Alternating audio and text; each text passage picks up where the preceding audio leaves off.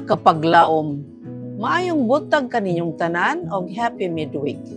Ang atong hilisgutan karong Oktubre 22, giuluhan og si Kristo matinumanon. Ang atong teksto makita sa Lucas 2:51-52. Og siya milugsong kuyog kanila og naiabot sa Nazaret, og siya masinugtanon kanila. Si Jesus mitubo sa kaalam ug sa gidakon ug sa kahimuot kaniya sa Dios ug sa tawo.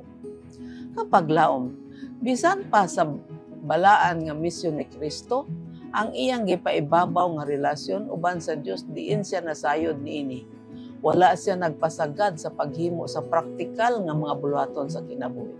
Siya mao ang magbubuhat sa kalibutan, og bisan pa niini iyang giila ang iyang katungdanan ngadto sa iyang yutan-on nga mga ginikanan. Og sa tawag sa buluhaton, ingon nga pagtuman sa mga handom sa iyang ginikanan, siya mibalik uban kanila gikan sa Jerusalem pagkahuman sa pista sa pagsaulog og nagmasinugtanon siya. Nagpailalom siya sa mga pagpugong sa iyang mga ginikanan ug giila ang mga katungdanan ingon nga usa ka anak. Igsuon, higala ug usa ka lumulupyo iyang gihimo ang iyang mga buluhaton ug katungdanan alang sa iyang yutan-on nga mga ginikanan uban ang pagtahom. Siya mao ang labing makagagahom sa langit. Siya mao ang bantugan nga pangulo dito sa langit. Ang mga manulunda malipay sa pagbuhat alang kaniya. Og karon siya usa ka andam nga sulugoon og kamalipayon matinumanon nga anak.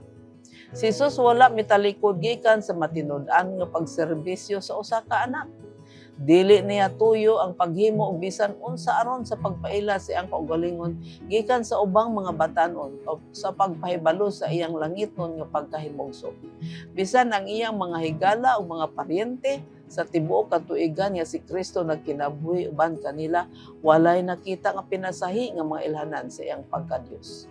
Si Kristo kalma, adunay pagdumili sa kaugalingon, malumo, malipayon, maayo ug sa kanunay matinumanon.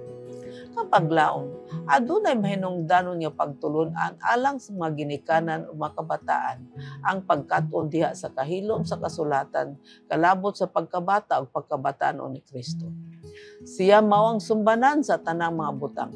Sa gamay nga pagpahibalo kalabot sa iyang pagkabata o pagkabataan o sa kini kasumbanan alang sa mga ginikanan ingon man sa mga kabataan. Akong mas labing hilom og dili mamatikdan ang panahon sa pagkabata o pagkabataan nga mulabay lang, o kung mas labing natural ang gawas nun gikan sa dili tinuod nga kahinam, mas labing layo sa peligro alang sa makabataan o mas mutampo ngadto sa kaligdong sa kinaiya natural nga pagkayano og tinuod nga katakos sa moralidad. Mag-ampo kita. Diyos og may gugmaon namong Aman sa langit, nagaampo kami nga unta may sama kami kang Jesucristo nga matinumanon labi na gayud ang among mga kabataan o kabatan-unan nga ilang himuong sumbanan si Kristo nagikan pa sa iyang pagkabata hangtod sa iyang paghamtong iyang gipakita ang iyang pagkamatinumanon o pagtahod sa iyang yutan o mga ginikanan sa ngalan ni Jesus. Amen.